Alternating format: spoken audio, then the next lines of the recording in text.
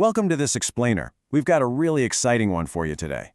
We're going to take 45 years of incredibly complex geopolitical history and distill it right down into a simple, easy-to-understand visual journey. If you've ever felt completely overwhelmed by the timeline of the 20th century, well, you are definitely in the right place. Let's build a simple, focused, and absolutely fascinating guide to the Cold War. Okay, to keep things from getting overwhelming, we're going to break this massive global conflict down into 5 clear parts: a world divided, life in the shadow, the secret battlefields, fighting through proxies, and finally, the Soviet collapse. Let's get right into it. Part 1. A world divided. Think back to the immediate aftermath of World War II. This conflict wasn't just a squabble over land, it was a fundamental clash of ideas.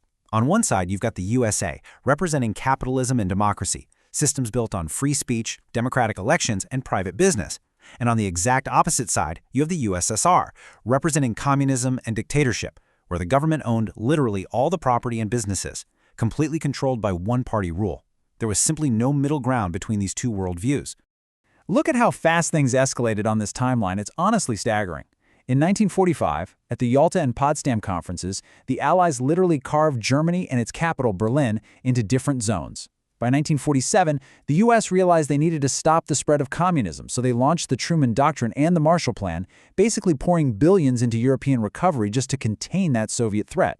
Stalin responded in 1948 by blocking all routes into West Berlin to starve the Allies out, which resulted in the famous 11-month Berlin Airlift. And by 1949, the West formed the NATO military alliance. The Iron Curtain had officially descended, creating Soviet satellite states all across Eastern Europe. Moving on to Part 2, Life in the Shadow. So, what did this actually look like for everyday people? It's a really stark contrast. For Europeans, the Cold War was deeply physical. They faced the literal concrete of the Berlin Wall built in 1961, barbed wire, severe shortages of basic goods like bread and clothes, and the terrifying presence of secret police like the Stasi. But across the Atlantic, Americans were fighting a massive psychological battle. Their reality was shaped by the constant paranoia of sudden nuclear annihilation, kids practicing duck and cover drills in school, families digging backyard fallout shelters, and those domestic witch hunts of McCarthyism where people lost absolutely everything just for being suspected of communist ties. Part 3, The Secret Battlefields. Here's a crucial question. How do two superpowers actually fight when a direct war means, well, the end of the world? Because both sides had nuclear weapons, any direct fighting guaranteed mutually assured destruction, or MAD. So they waged a covert war right in the shadows. The American CIA and the Soviet KGB clashed using U-2 spy planes, hidden cameras, and double agents to steal secrets or even overthrow governments. At the same time, both sides were pumping out relentless propaganda. The West depicted communism as a godless, cruel dictatorship, while the East painted capitalism as a corrupt system exploiting workers. This intense competition bled into literally everything, turning even a simple Olympic hockey or basketball match into a highly politicized battle for cultural supremacy. And this battle for superiority literally left the Earth. In 1957, the USSR terrified America by launching the Sputnik 1 satellite, proving they had the technology to potentially launch nuclear missiles from space. The Soviets kept winning early on too, putting the first human, Yuri Gagarin, into space in 1961. But that intense technological panic pushed President Kennedy to heavily fund NASA, evolving into a fierce, multi-billion-dollar race that culminated in 1969 when the U.S. Apollo 11 mission successfully landed Neil Armstrong on the moon. Part 4, Fighting Through Proxies. While the superpowers didn't shoot directly at each other, the Cold War was far from bloodless. Enter the Proxy War, basically the ultimate tragic loophole of the Cold War. The USA and USSR exported their violence. They used local fighters in other countries as pawns on a global chessboard, funding and arming them so they could fight each other without directly triggering a nuclear apocalypse. Now, you might be wondering why the US got involved so far from home. It all comes down to the Domino Theory. U.S. President Eisenhower firmly believed that if just one country in Asia fell to communism, the surrounding nations would topple one by one, exactly like a row of dominoes. The U.S. felt an absolute, unshakable obligation to stop that very first domino from falling. The very first real test of this containment strategy happened in Korea. After World War II, the country was split at the 38th parallel. In 1950, communist North Korea invaded the South.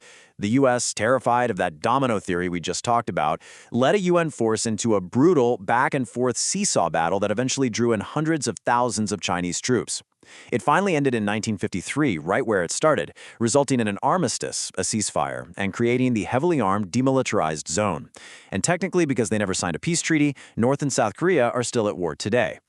But the ultimate, and arguably most tragic example of a proxy war was Vietnam. Driven again by the Domino Theory and the Gulf of Tonkin incident, the U.S. sent hundreds of thousands of troops into a nightmare scenario.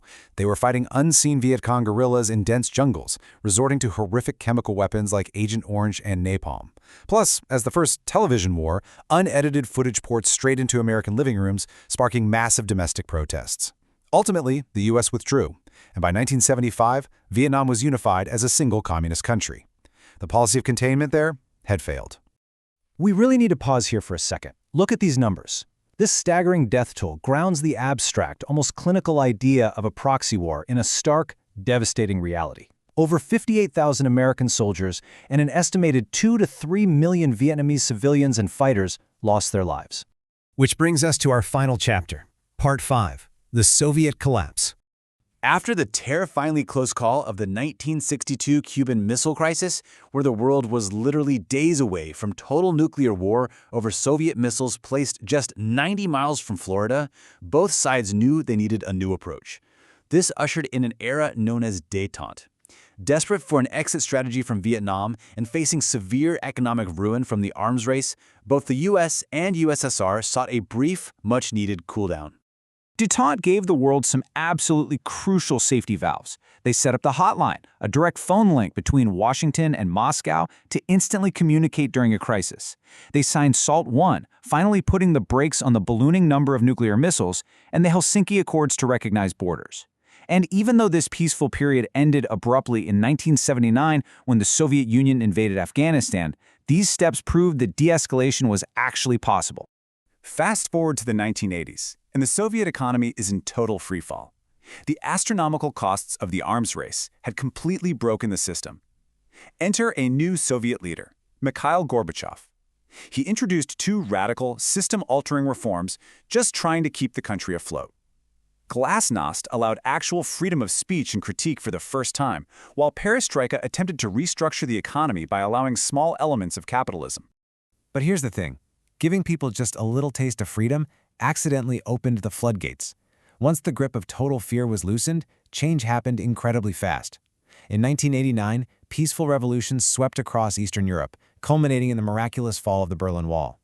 By 1990, a divided Germany was officially reunified, and in December 1991, the impossible happened. The Soviet Union completely dissolved. The Cold War was officially over. With the USSR gone, the map of Europe was entirely redrawn practically overnight. 15 newly independent countries emerged, from Ukraine to Latvia. And the United States was left standing alone, entering a period of unmatched global economic and cultural dominance as the world's only remaining superpower. So here's a vital question for you to take away from this explainer. We just saw how the world was carved up, ideologies clashed, and borders were drawn in blood and concrete for 45 years. Now, look at the news today. How much of our current map, the tensions in Eastern Europe, the divided Korean Peninsula, the military alliances, is still directly dictated by the ghosts of that 45-year standoff?